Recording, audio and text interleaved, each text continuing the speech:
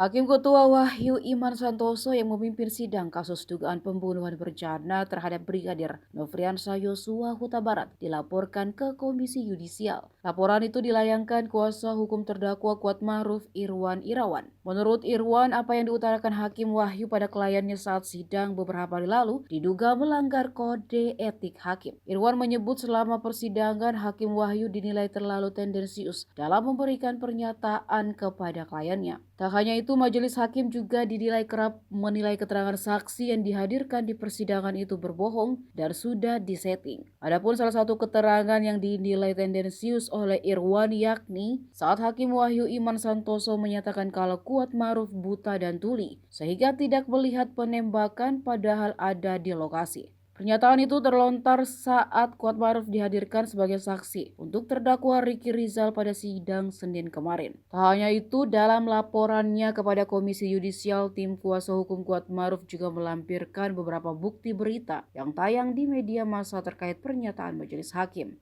Pelaporan itu dilayangkan pada Rabu 7 Desember kemarin dan informasinya sudah diterima oleh Komisi Yudisial dan tengah diverifikasi. Kalau posisi jatuhnya Joshua, itu saya cuma ngeliat kakinya kalau dari tempat saya. Karena kan samping tangga. Saudara bilang tadi saudara itu duduk berdiri sejajar. Iya, nggak jauh sama Ricky saya itu. Joshua tadi sudah dipraktekkan di sini oleh saudara Rikar. Iya.